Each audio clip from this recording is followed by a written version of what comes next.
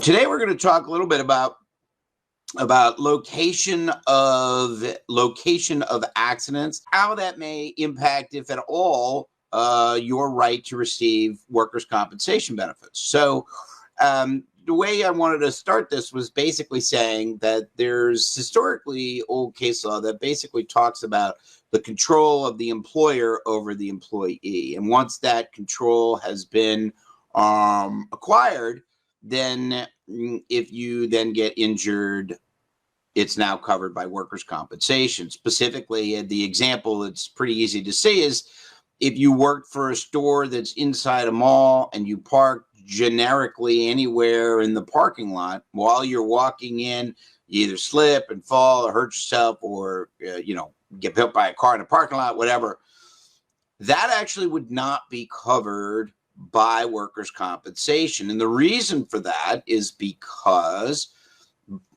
there's no specific control when you get to that open parking lot area to say that's in the control of the employer, your particular employer. And as a result, that would not be covered by workers' compensation. However, if you worked for a small company, for example, and they say, okay, well, you can park, but you can't park in these spots. So there's a specific area where you're instructed to park. As soon as you park and get out of the car, it's now covered by workers' compensation because you're now under the control of the employer. So the idea is more and more, just a big picture, is that when individuals get injured, the insurance companies want this to be covered by workers' compensation. The reason for that is because they can sort of control what those costs might be. Whereas if this were a personal injury suit, so, oh no, not covered by workers' comp, but I slip and fall. Now you have a personal injury lawsuit. So it's not covered by workers' comp, and now you're going to have a personal injury lawsuit. So where in those lawsuits you can recover for things that you can't in workers' compensation.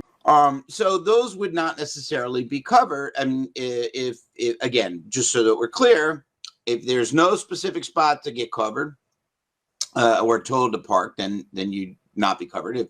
If there's a location where you're supposed to park, then it is covered. Again, the control of the employer. So there are cases that talk about, we talk about that are out there where someone is in a parking garage and they're walking from the parking garage to the employer. Now they're told that they need to park there, but again, not given a specific area in which to do that. So the original case law said that basically if you're walking from, hey, we suggest you park there, but nobody ever told you had to, that would not be actually covered by workers' compensation. Now it's interesting because now if the building itself or the garage, right, is in general owned by the employer, or the employer rents the property and now is walking from that property to the other property, now it may be covered. So it's important to know. So when you get injured, it's important to know specifically where you were, what you were doing, and that you were under the control of the employer. Okay. Now, there are other situations that come up as relating to this, right? So what if it's not my job to go to the store, but my employer says, hey, listen, so-and-so isn't around.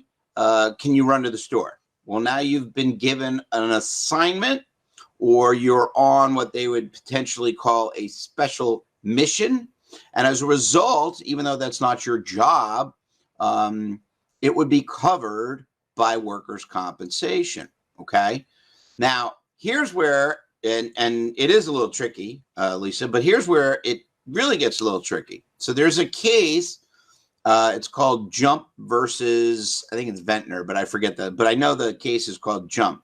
And the idea was that the person was on an assignment. They were driving from point A to point B.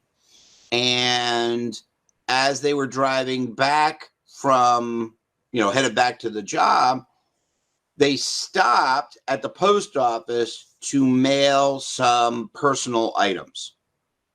And then on the way out of the post office, slip and fall.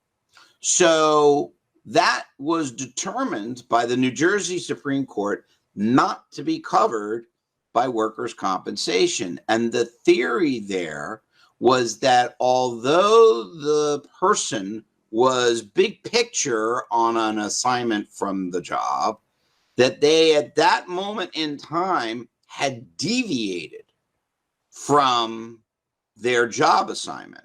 And as a result, during that deviation, that was not covered by workers' compensation. So again, it goes to making sure that when you're injured, where you're injured, how you're injured, these are all very important questions. And so when you are meeting with your attorney, and I guess I also would want to say this.